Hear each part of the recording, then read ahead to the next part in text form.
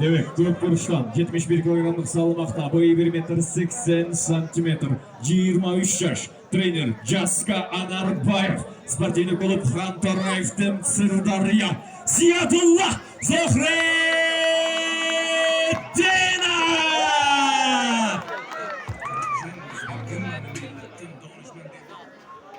Vatandaşı Kızıl Vuruş'tan Kırgızistan.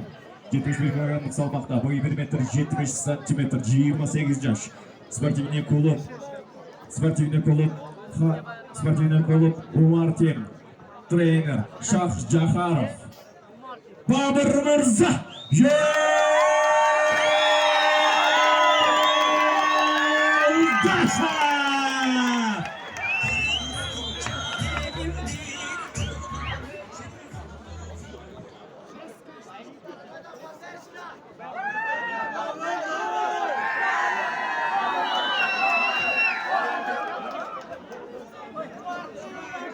Birinci round.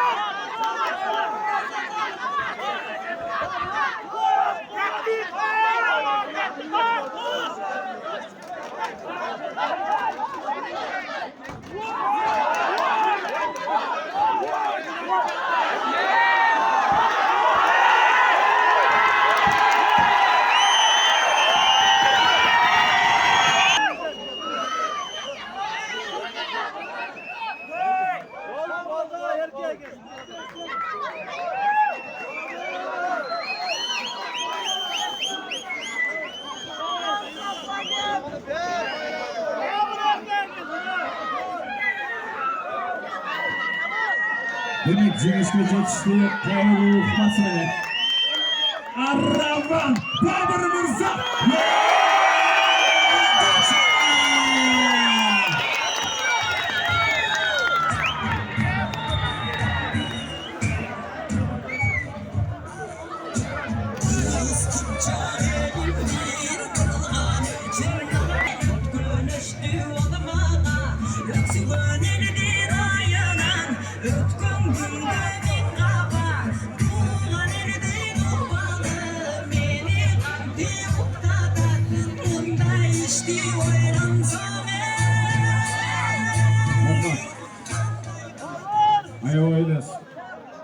Ayvaylı лучший boy Kırgız'da Babır Mırza yoldaşı.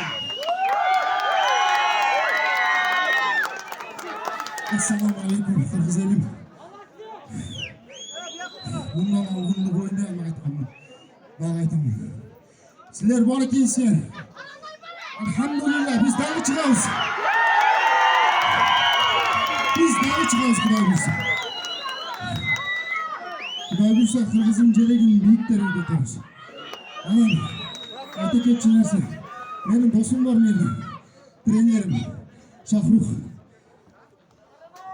Allah'ım razı olsun şu adamdan.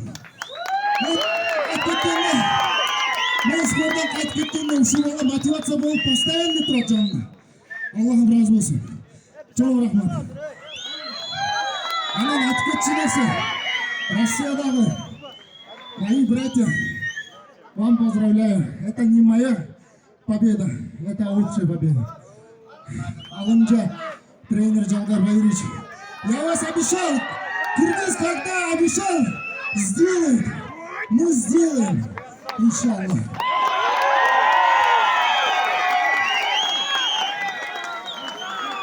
Çok rahmat. Demek ki